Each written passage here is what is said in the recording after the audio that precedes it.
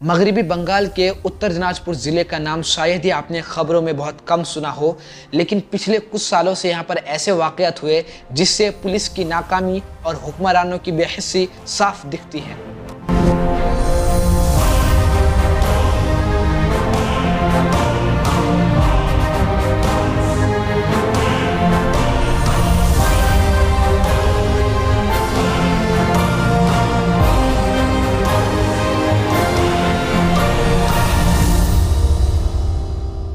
साल 2020 में एक बीजेपी कारकुन अनुप्रय को पुलिस ने हिरासत में लिया।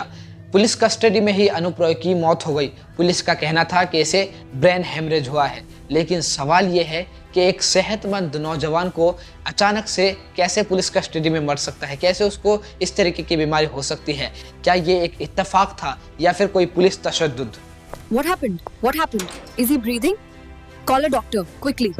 फिर साल 2022 में एक 18 साल नौजवान मुस्लिम लड़की को पुलिस ने हिरासत में लिया और अगले ही लम्हे उसकी लाश थाने के टॉयलेट से मिलती है।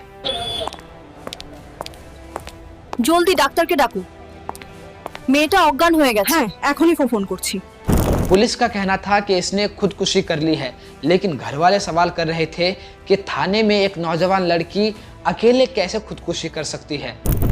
क्यों फैमिली को पोस्टमार्टम और तफ्तीश से दूर रखा गया? क्या पुलिस कुछ छुपाना चाह रही थी? साल 2023 में एक और 17 साल बच्ची की लाश एक नदी के किनारे मिली। मकामी लोगों ने कहा कि इसके साथ ज्यादती हुई है और इसे कत्ल किया गया है। फिर मकामी लोगों ने एहतजाज किया, लेकिन पुलिस ने क्या किया? लाठीचार्ज किया और आंसू गैस के गोले फेंके। आखिर में NCPCR को आकर कहना पड़ा कि पुलिस ने जानबूझकर शवाहिद को दबाने की कोशिश की है। फिर इसी साल ग्वालपोखर इलाके में ही TMC पार्टी के प्रधान मोहम्मद राही को दिन दहाड़े गोली मारकर कत्ल कर दिया गया। कई बाइक सवार आए, गोली चली और मौके पर ही प्रधान साहब ढेर हो गए।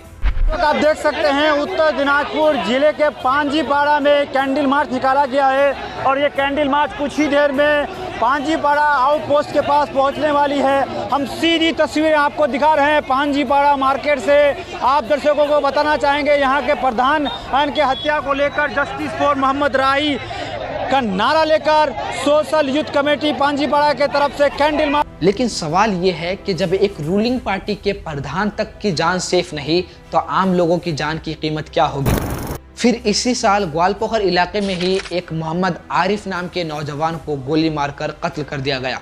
इल्जाम लगा एक बाअसर TMC प्रधान पर। 48 घंटा के अंदर यानी 2 दिन के अंदर अगर सुअर को नाजी चेलों को अगर गिरफ्तार नहीं करता है तो पूरे ग्वालपोखर को लेकर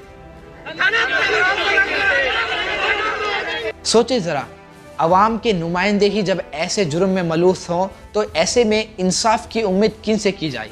इसी साल की खबर है कि एक मुजरिम पुलिस हिरासत से भागने की कोशिश करता है, झड़प होती है और उस मुजरिम को गोलियां लगती है, जिसमें वो मुजरिम मौके पर ही उसकी मौत हो जाती है।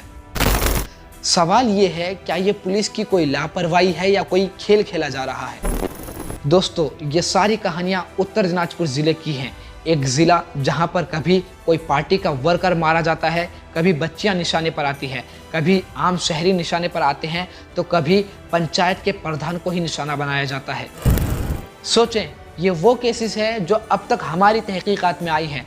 ग्वालपोखर जैसे इलाके में ऐसे केसेस आपको कई और मिल जाएंगे जिनको यहाँ पर जोड़ा ही नहीं गया है। यके बाद दिगरे पुलिस की नाकामियाँ और हुक्मरानों की खामोशी गूंगी गवाही बन जाती है। इन सारे केसेस को देखकर कुछ सवालात याद आ रहे हैं जो मैं आप लोगों को देना चाहता हूँ। क्या उत्तर दिनाजपुर के लोग इंसाफ के लायक नहीं?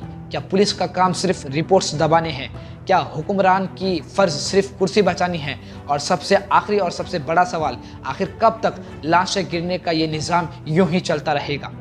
ये सवाल मेरे या आपके नहीं बल्कि हम सब के हैं। इन सवालों को पुलिस और हुक्मरानों के सामने रखा जाना चाहिए और उनके जवाब लेने चाहिए। अगर आज इन सवालों के जवाब ना मिला तो शायद ये कहानी हमारे इलाके, हमारे गांव या फिर हमारे घरों में फिर से दोहराई जा सकती है। इस पूरी वीडियो को देखने के लिए बहुत बहुत शुक्रिया। तहकीकात के साथ और हमारी मेहनत से बनाई हुई ये वीडियो अगर आपको पसंद आई तो इस वीडियो को लाइक करें, अपने दोस्तों तक शेयर करें और एक छोटा सा कमेंट ज़रूर कर दीजिएगा। वैसे हमारी कम्युनिटी को मजबूत करने के लिए हमें सोशल मीडिया पर फॉलो ज़रूर कीजिएगा। बहुत बहुत शुक्रिया।